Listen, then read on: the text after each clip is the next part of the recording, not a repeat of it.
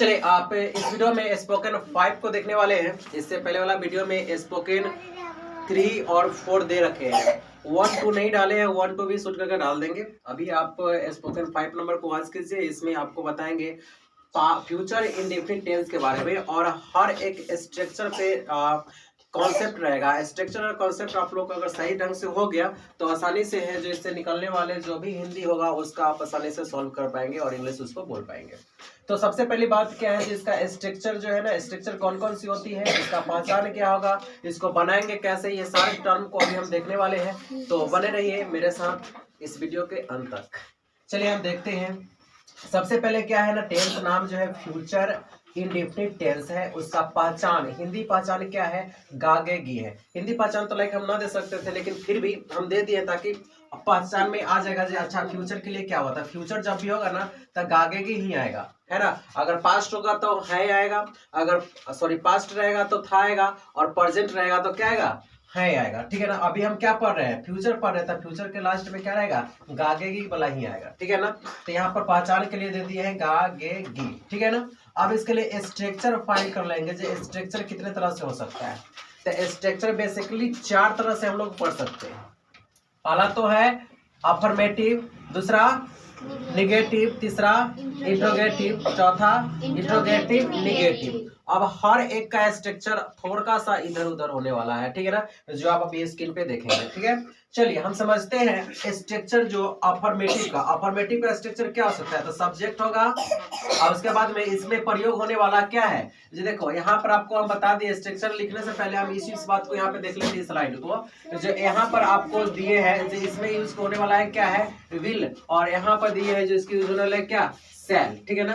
तो विल किसके साथ यूज करेंगे, तो जो ही रहेगा, से, सी रहेगा, इट रहेगा, और नेम रहेगा, और यू रहेगा, और दे रहेगा। इस सब के साथ क्या यूज करने वाले हैं, विल यूज करने वाले हैं। और सेल इसके साथ यूज करेंगे, जिसके साथ आई रहेगा, वी रहेगा, उसके साथ हम क्या यूज करेंगे, सेल यूज करेंगे। ओके, तो यहाँ इस बात को ध्यान रखना, और ये इंपॉर्टेंट बात है जो इसको हम यूज करेंगे, है ना। तो ये बात को याद रखना, जब केकरा साथ हम क्या यूज करने वाले हैं।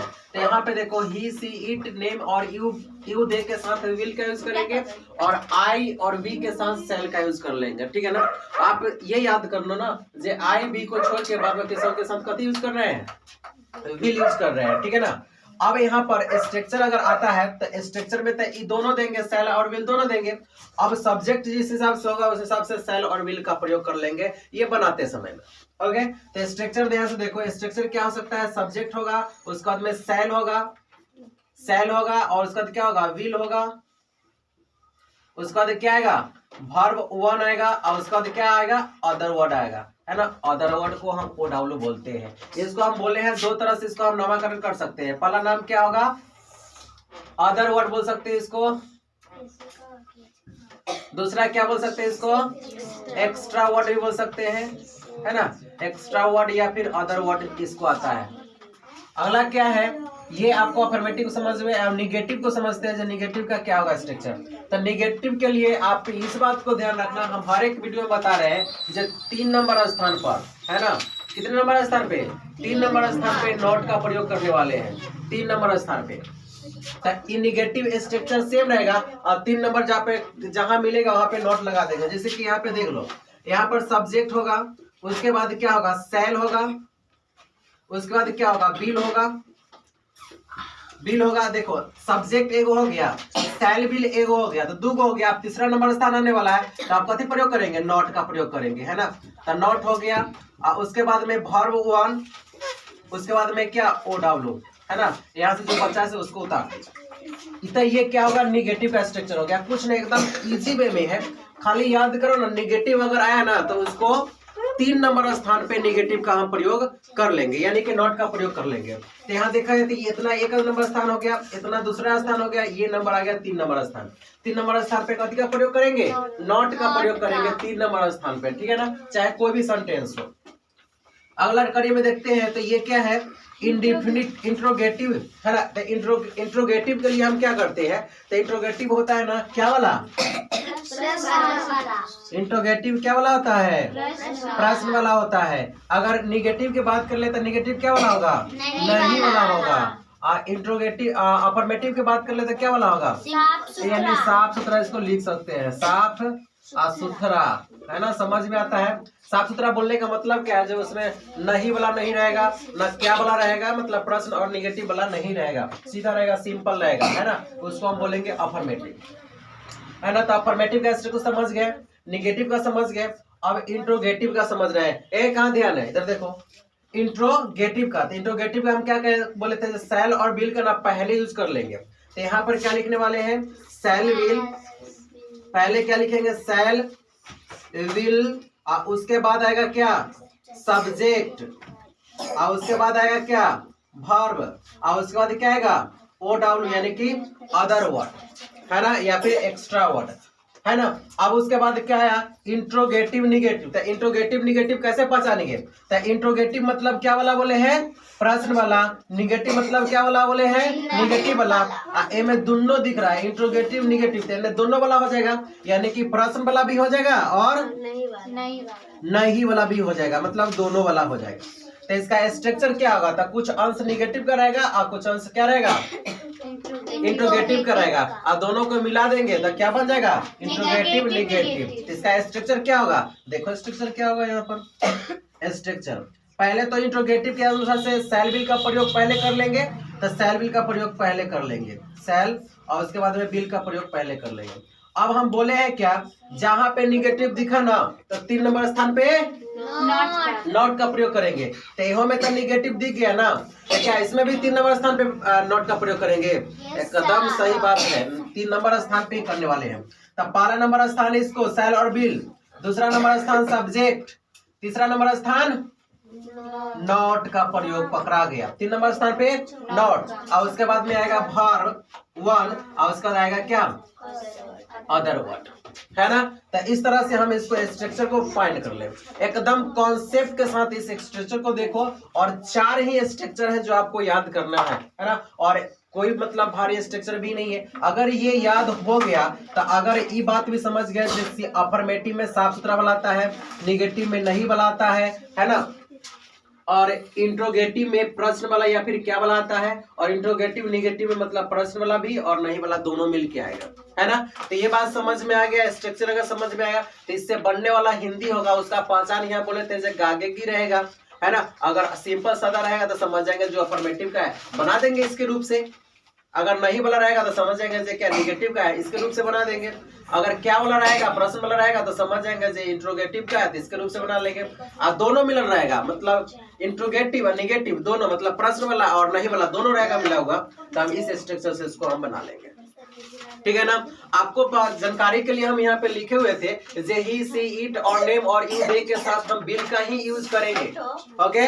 आप नहीं होता तो इसको कॉपी और पेन लेकर के लिख लीजिए, जब किसके साथ क्या चीज का यूज करने वाले हैं, तो ही सी इट नेम और यू और दे के साथ क्या चीज का यूज करेंगे, विल का यूज करेंगे, और आई और बी के साथ कभी का यूज करने वाले हैं, सेल का यूज करने वाले हैं। छोटा सा पॉइंट 1-2 क्वेश्चंस को लेकर के हम देख लेते हैं, जैसे कि यहाँ पर एग्जांपल में देख लो, यहाँ पर क्या है, मैं जाऊंगा, कितना एकदम सिंपल है ना, मैं जाऊंगा, है ना, मैं जाऊंगा, अब सिंपल है ना। तो यहाँ पे देखो मैं के लिए क्या होगा, आई होगा ना, आई वाला में आई होगा ना, आई वाला में क्या यूज करेंगे, सेल ना, तो यहाँ पे लिख दिए है आई और सेल। और जाऊंगा, जाना का क्या होता है, वर्ब 1 गो होता है, तो क्या होगा, आई सेल गो, सिंपल है, बस अफर्मेटिव मतलब कुछ छोड़ना ना है, में निगेटिव विगेटिव ना प्रश्न कुछ छोड़ना ना है, तो सिंपल वाला था पहले सब्जेक्ट, तो सब्जेक्ट क्या होगा, आई हो गया सब्जेक्ट, हो गया ना, आई क्या हो गया सब्जेक्ट, रे दूसरा पे लौड़े, आई हो गया सब्जेक्ट। अब यहाँ पे देखो उसके बाद सब्जेक्ट के बाद क्या, यहाँ पर सेल यूज कीजिए नहीं तो विल यूज कीजिए, तो यहाँ पर देखेंगे सब्जेक्ट के अनुसार से सेल विल यूज करेंगे, तो अगर आई है तो यहाँ पर सेल यूज करने वाले हैं, अगर बी रहता तो भी सेल यूज करते ना, अगर इसमें से अगर ही सीट कुछ रहता तो हम विल यूज कर लेते,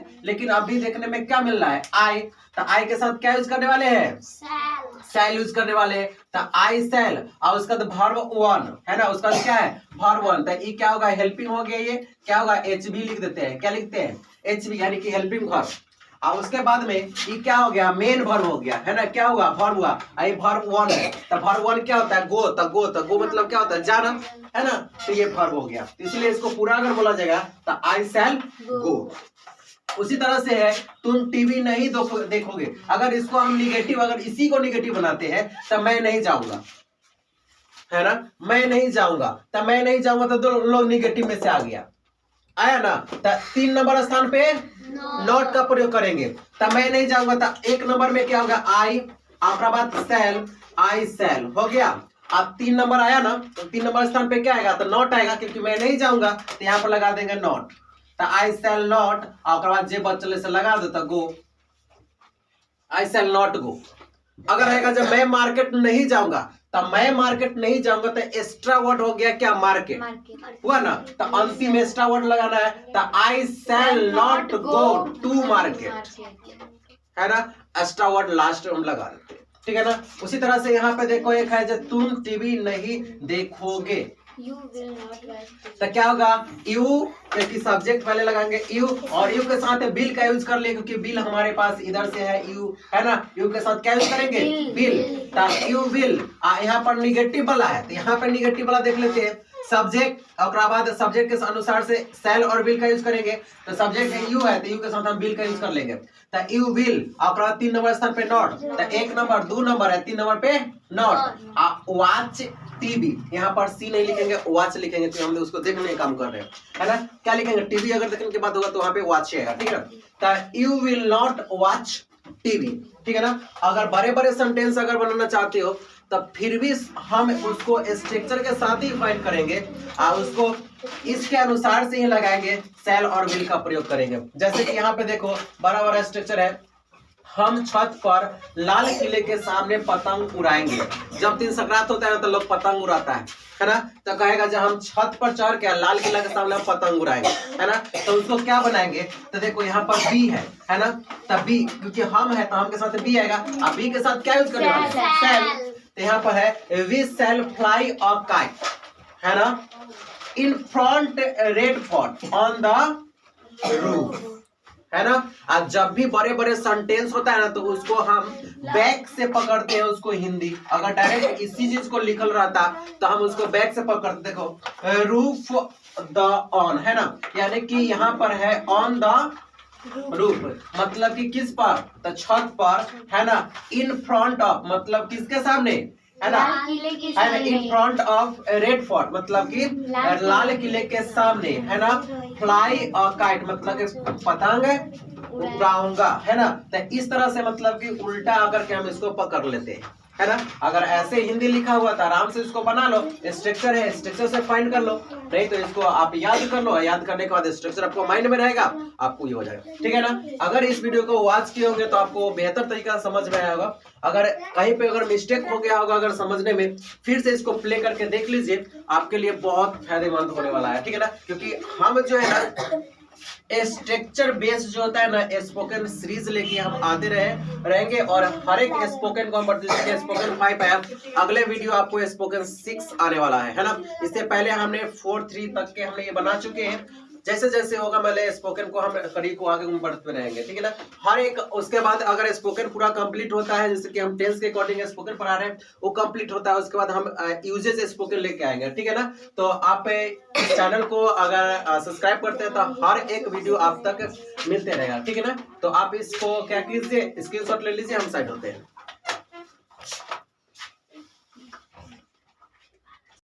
चलो रे बुआ, अब इसको कुछ होमवर्क दे रखे हैं फ्यूचर इंडेफिनिट टेंस के अनुसार से, इस होमवर्क को क्या करना है, सॉल्व कर लेना है। जैसे कि आपको यहाँ पे होमवर्क दिख रहा है हिंदी में, इसको इंग्लिश में ट्रांसलेट करना है। अगर दिक्कत होता है तो आप फिर से उस पूरा वीडियो को देख लीजिए एक दफे, आपको दिक्कत नहीं आएगा, ठीक है ना। चलो इस वीडियो को आप समझो क्या है ना, SW के रूप में है, आप इसको सॉल्व कीजिए। अगर कहीं पे दिक्कत होता है तो फिर हमको कमेंट कीजिए, हम आपको ये सॉल्व करके फिर से वीडियो डाल देंगे, ओके। आप इसको स्क्रीनशॉट लीजिए या फिर उतार लीजिए। चलो बंद करना है।